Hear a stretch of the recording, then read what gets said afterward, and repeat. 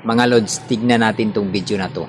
Kumakala sa social media ngayon ang isang attempt ng isang gobernador, Marlon, kung saan siya ay nagbumisita sa flood control nila sa kanilang pamayanan. Grabe yan, Ito nakakagalit yung sa yan. Oriental Mindoro. Yung kay Governor Dolor, no? Oo, grabe.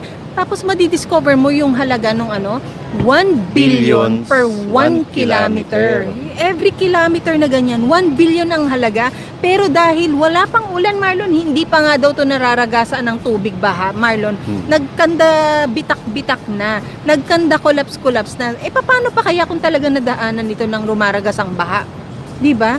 Tapos makikita mo, walang laman sa loob, walang bakal. Walang bakal. Walang Tinitingnan ko, puro ano ba to? buhangin. Rip-rap ba to? Or Parang- what? Tapos, ang catch dyan, yung mga batong ginamit dyan, dun lang rin sa lugar na Yeah, yun. yeah. Di ba yung mga Oo. materyales na grabe, ang tapang ng apog nito, ang tindi ng sikmura nito, at ang kontratista nito, kung hindi ako nagkakamali, yung kay Saldico. Ayan, kaya ngayon si Saldico talagang alam mo, for me, panahon na kung may dapat makulong, sana siya. Ayan mga Lods, di ba nakita ninyo? Hisaldico Paldo. Bakit ang sabi kong Paldo? Kaya nga siya nakabili nito eh. Totoo ba yung narinig ko na may politikong bumili ng jet at helicopter pagkatapos ng dilubyo na yan sa Bicol? Totoo ba yun? Parang naman, dismaya yan.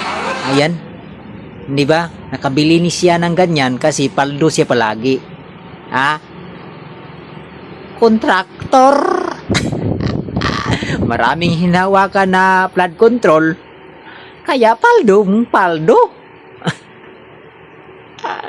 Itong mga tao na to. Kaya ayaw nyo si Sara Duterte. Kaya gusto nyong matanggal, mapa-impeach si Sara Duterte para hindi makatakbo ngayong 2028. Kasi kung makaupo si Sara, kayo, layas na kayo dito sa Pilipinas kasi makukulong kayo.